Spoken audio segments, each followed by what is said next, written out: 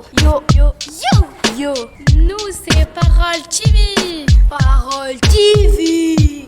Avec Khalil, Irfan, Elena, Mariam, Nasra, Younous, Ousmane, Youssouf, Saad, Youssef, Chérine, Atis, Aboubakar et tous les autres. On vous laisse écouter.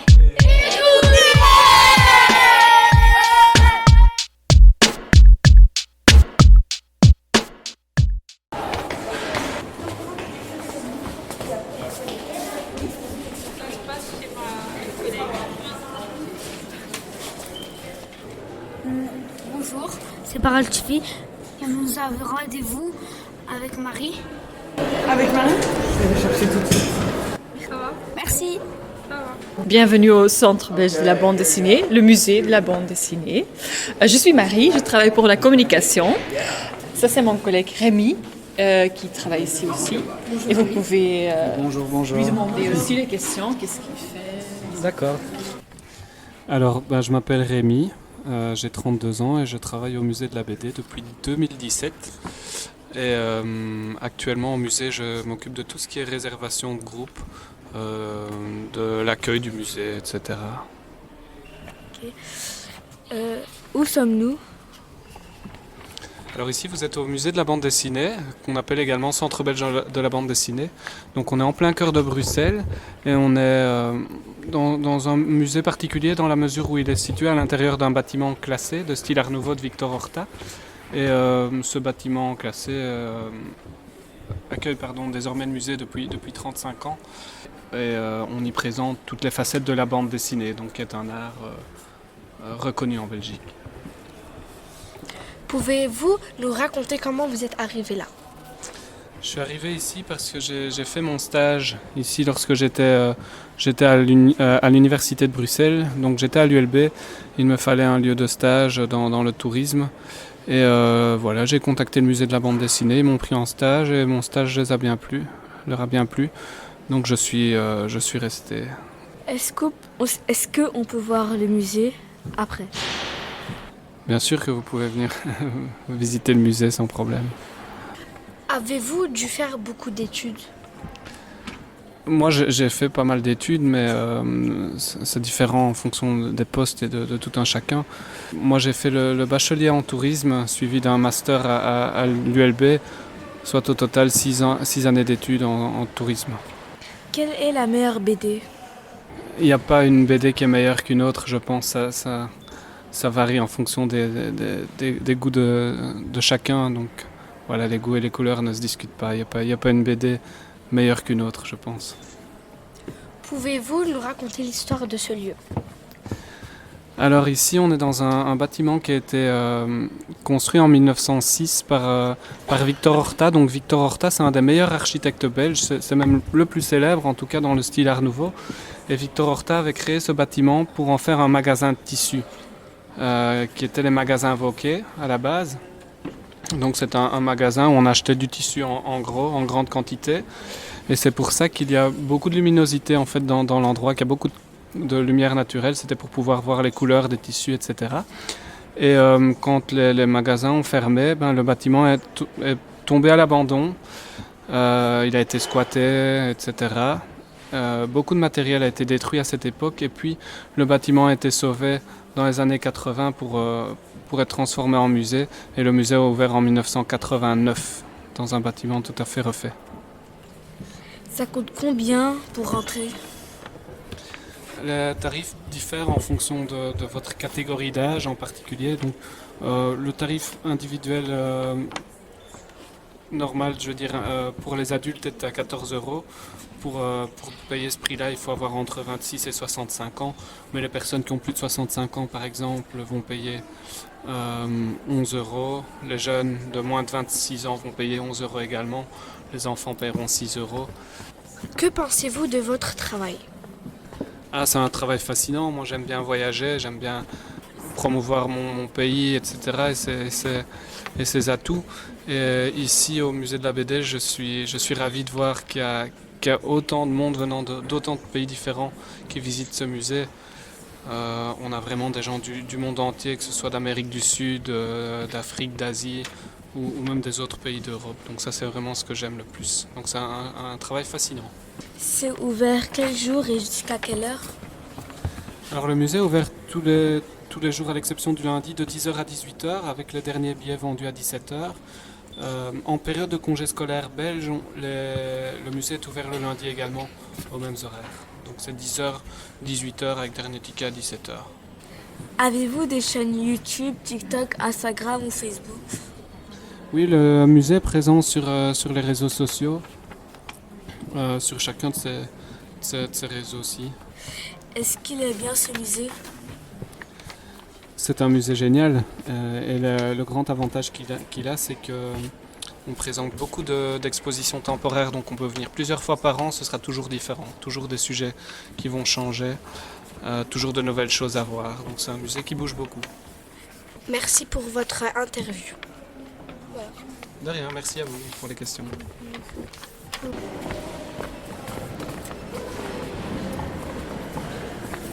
Marie, est-ce que c'est une nouvelle exposition qui a lieu maintenant? C'est pas vraiment nouvelle, mais c'est notre nouvelle expo permanente. Ça a ouvert en octobre et ça fait 10 ans pour la construire. Donc ça a pris beaucoup de temps. Donc nous sommes très fiers de cette expo et j'espère que vous allez aimer ça aussi.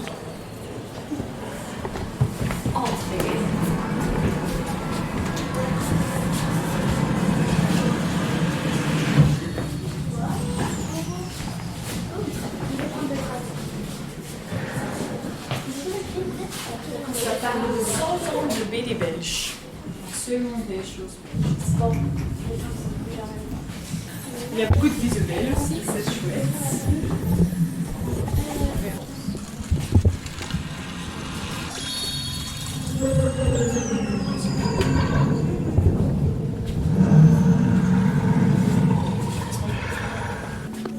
Comment ça peut se montrer? Parce qu'on dirait que c'est vrai, mais... Comment les visuels fonctionnent, tu veux Oui. dire? C'est une très bonne question. Mais il y a un bureau qui a tout fait, qui ont imaginé toute l'expo et ils ont travaillé sur des anciens visuels qu'ils ont trouvés sur la télévision dans les années 30, 40, 50, des vieux choses. Et voilà, ils ont fait un montage et ça c'est là-dedans. Et voilà, comme ça on le voit. Certaines planches, c'est à nous, du musée, mais autres planches, on emprunte d'une galerie ou quelqu'un qui a sa privée, parce qu'on ne peut pas acheter toutes ces planches. Pourquoi c'est cher alors qu'on peut acheter ça dans un marché gratuit? Pas gratuitement, mais moins cher. Que vous voyez ici, c'est vraiment le dessinateur qui a fait ça originalement. Donc c'est pas dupliqué ou fait digitalement, c'est vraiment lui qui a fait ça à son bureau et c'est comme une pièce d'art et c'est cher. Et il l'a fait avec ses propres mains? Oui. Ah oui. Pour faire cette planche BD, il a utilisé quoi? Ça, on peut voir ici. Normalement, c'est écrit là. Est-ce qu'on voit? Non, c'est pas spécifié. Je pense que c'est juste crayonné, crayon, et après de l'encre de Chine.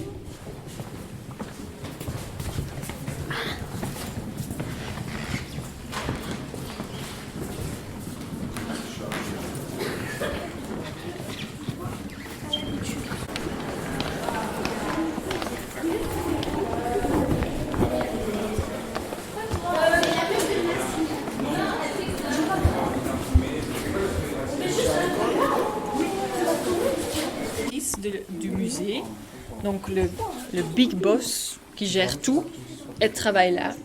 Et qu'est-ce qu'elle fait? Je suis pas là avec elle, mais elle prend des décisions, quelle expo on a dans le musée, qui travaille ici. Toutes les grandes décisions se sont prises ici. On continue.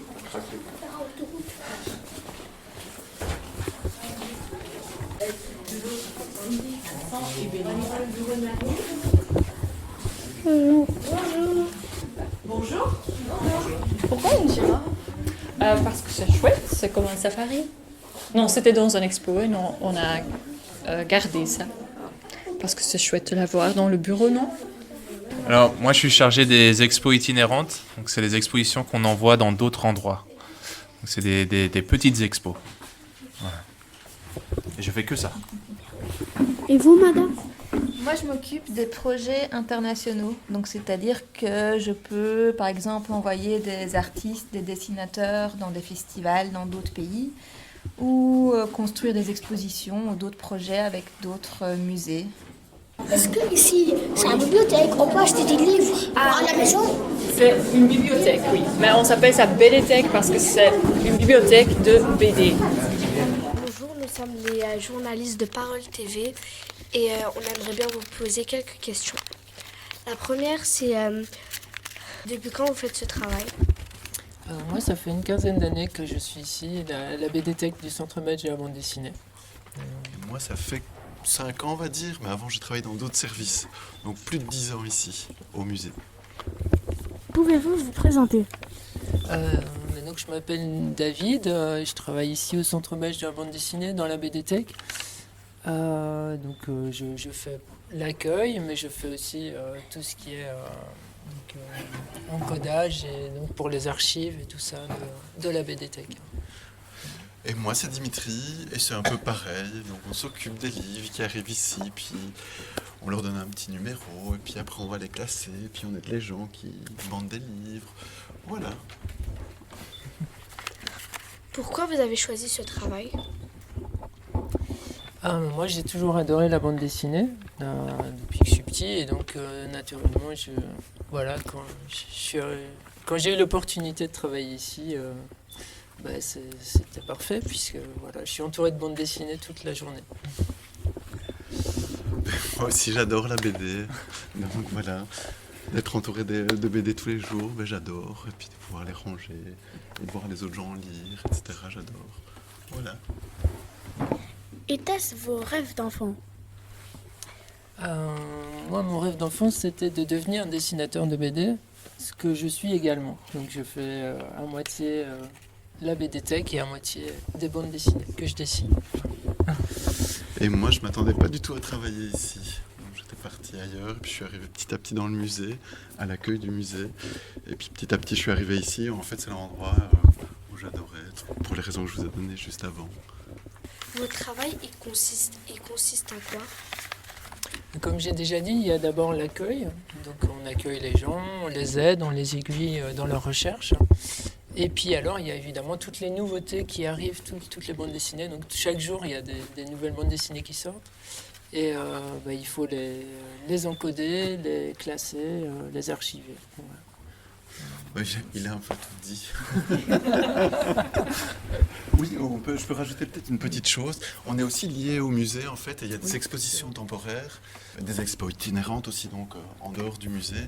Et donc, nos collègues viennent puiser des informations ici, ou on est la source de documentation. Voilà. Du Parce musée. qu'il y a beaucoup de bandes dessinées. Vous pensez qu'il y en a combien? C'est une grande collection. 1400? 2000? 1,5 million.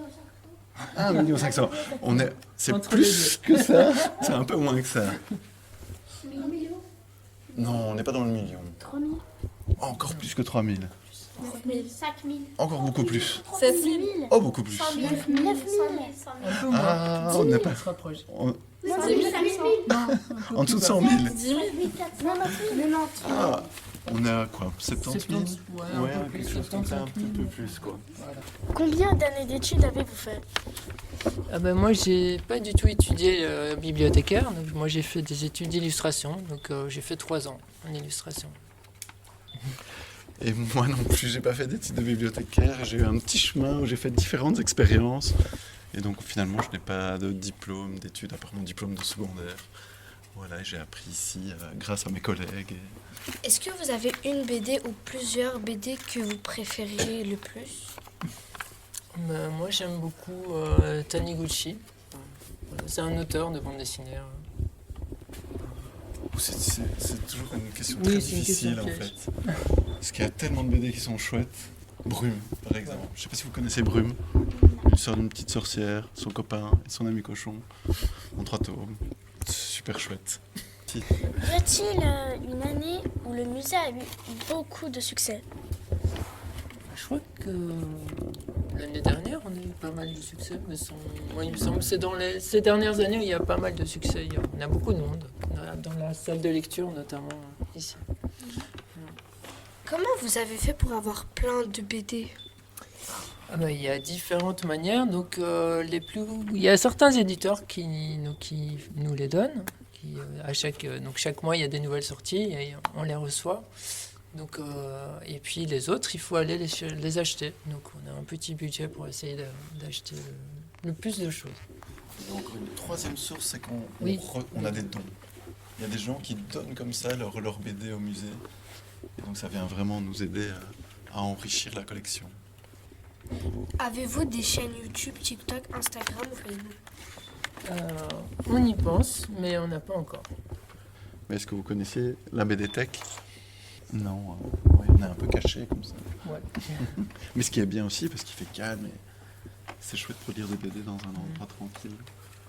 Et on a une belle fusée, vous avez vu, qui vient d'une BD en fait, des carnets de cerises, très chouette BD aussi. Est-ce que vous empruntez des BD? Mais normalement ici, on ne peut pas emprunter les livres de la BDTech, sauf ceux qui travaillent ici. Donc oui, moi j'en emprunte. Et Dimitri aussi. Oui, mais sinon c'est de la lecture sur place ici. On garde vraiment les BD ici pour que tout le monde puisse arriver à les consulter, à les lire. Est-ce le seul musée de la BD en Belgique? Ou alors... Comme Non, ici. pas comme ici. Oui, juste de la bande dessinée en général. Est-ce qu'il y a des œuvres qui sont très rares ici dans la BDTech, très recherchées Oui, il y a certaines choses beaucoup plus anciennes. Mais, par exemple, on a tous les journaux Spirou, Tintin au pilote depuis les premiers numéros. Donc le tout premier numéro de Spirou date de 1938. Donc ils sont tout fragiles et il faut faire très très attention. Voilà. Oui, ou des livres qui sont des premières éditions et donc qui sont parfois recherchés pour avoir vraiment la première BD qui est sortie dans les années 30 et alors voilà, ça a de la valeur voilà. Et j'ai une question aussi, c'est quoi votre endroit préféré? Dans le musée ou dans la BDTech? Dans le musée. Du coup, c'est ici. Moi aussi, c'est ici. J'ai une question. Si par exemple, on va dire moi, j'aimerais bien venir, est-ce qu'il faut réserver ou bien il faut venir sur place?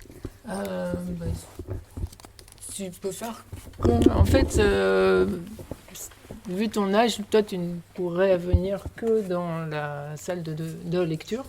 Et donc là, il ne faut pas du tout réserver. Mais si tu venais, donc si tu avais 16 ans et que tu venais dans cette partie-ci, la salle de documentation, là, il y a certains ouvrages qui sont dans un autre bâtiment et donc il faut les réserver à l'avance.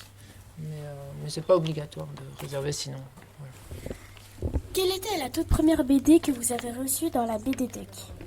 Dans la BDTech. Ça, moi, j'étais pas là, donc c'est difficile à dire. Il faudra regarder le numéro 1 qui a été encodé. Mais je sais, pour ça, il faudrait aller voir. Ouais, le ça, numéro. je sais pas non plus. La toute première BD. Pas mal.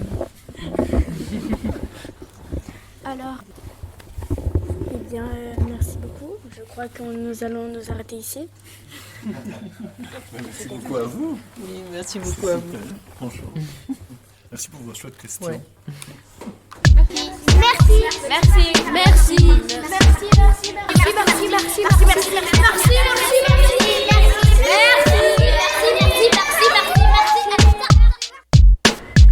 Ah non, pas Messi.